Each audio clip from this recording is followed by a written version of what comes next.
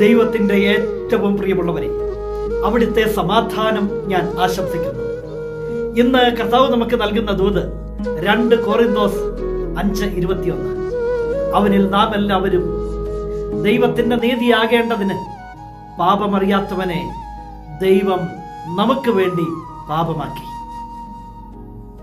ഇങ്ങനെയാണ് നമ്മുടെ ദൈവം നമ്മോടുള്ള വലിയ സ്നേഹം പ്രകടമാക്കുന്നത്.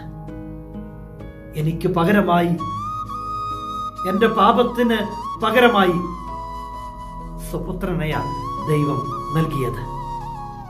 എന്നെ നീതീകരിക്കാൻ വേണ്ടി സ്വപുത്രനെയും നൽകുന്ന ദൈവ സ്നേഹത്തെ നമുക്ക് തിരിച്ചറിയാൻ സാധിക്കണം.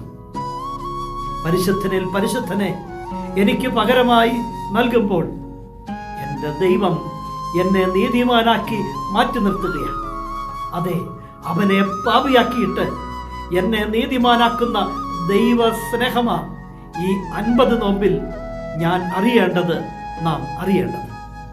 ഇന്ന് ഈ ദൂത് കേൾക്കുന്ന എൻ്റെ പ്രിയമുള്ളവരെ, ഈ 50 നോമ്പിലൂടെ കടന്നു പോകുമ്പോൾ ദൈവത്തിൻ്റെ കരുണയും സ്നേഹവും ഒരുപാട് തിരിച്ചറിയാൻ നമുക്ക് അവസരമാക്കട്ടെ. പരിശുദ്ധനിൽ പരിശുദ്ധനെയും എനിക്ക് വേണ്ടി പകരമായി നൽകുന്ന ദൈവത്തിൻ്റെ ആ വലിയ സ്നേഹം, ആ സ്നേഹത്തിൻ്റെ മുന്നിൽ മുട്ടുകൾ മടക്കാം.